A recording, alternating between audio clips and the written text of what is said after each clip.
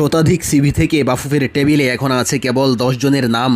আগামী 3 দিনের মধ্যেই জানা যাবে কে হচ্ছেন বাংলাদেশের পরবর্তী কোচ। তড়িঘড়ি করে কোচ নিয়োগ করতে চায় বাফুফে, কেননা জুনেদ সান মারিনের বিপক্ষে ম্যাচের আগেই নতুন কোচের হাতে দায়িত্ব তুলে দিতে চায় তারা। এবারই প্রথম বাফুফেতে আবেদন করেছেন একাধিক হাই প্রোফাইল কোচ, যাদের রয়েছে বিশ্বকাপ খেলার অভিজ্ঞতা, ইউরোতে করেছেন বাজিমাত, আবার কেউ বা ব্রাজিলের মতো দলকে জিতিয়েছেন অলিম্পিক। তবে এসব কোচের ভিড়ে দুজনের নামই সবচেয়ে বেশি আলোচনায়। ব্রাজিলকে অলিম্পিক জেতানো রোজারিও মিকেলে এবং চমক দেখিয়ে ওয়েলসকে ইউরোর সেমিফাইনাল পর্যন্ত নিয়ে যাওয়া ক্রিস কোলম্যান। রোজারিও মিকেলে বাংলাদেশের কোচ হতে আগ্রহী হয়েছেন মূলত নেইমার এবং তার বাবার অনুরোধে। এমনকি ব্রাজিলিয়ান পোস্টার বয়ের অনুরোধে বেতন কমাতেও রাজি দেশটিকে প্রথমবারের মতো অলিম্পিক জেতানো এই কোচ। বাংলাদেশকে পছন্দ করার পেছনে কারণও আছে মিকেলের।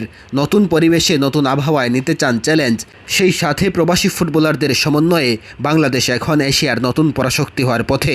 তাই তো এই দলকে নিয়ে একটা চ্যালেঞ্জ নিতে চান সবশেষ সৌদি ক্লাব আল হিলালের হয়ে কোচিং করানো মিকেলে। অবশ্য মিকেলে বাংলাদেশের কোচ হতে চাইলে দিতে হবে কমিশন। মোট 2টা গ্রুপ তার কাছে কমিশনের আবদার করে বসেছে। একটা গ্রুপ বাংলাদেশের, আরেকটা বাইরের, এমনটাই অভিযোগ নেইমারের বন্ধু রবিন মিয়ার। রোজারিও মিকেলের মতো ওয়েলসের কোচ ক্রিস কোলম্যানও নিতে চান নতুন চ্যালেঞ্জ, তাই তো তিনিও আগ্রহী লাল সবুজের নতুন বস হতে। তার এজেন্ট জানিয়েছেন বাফুফের যে বাজেট তার মধ্যে কোলম্যান দায়িত্ব নিতে প্রস্তুত।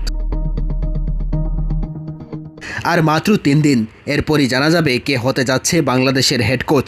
সিন্ডিকেট এবং কমিশন বাণিজ্য ছাপিয়ে হাই প্রোফাইল কাউকে কি নিয়োগ দিতে পারবে বাফুফে?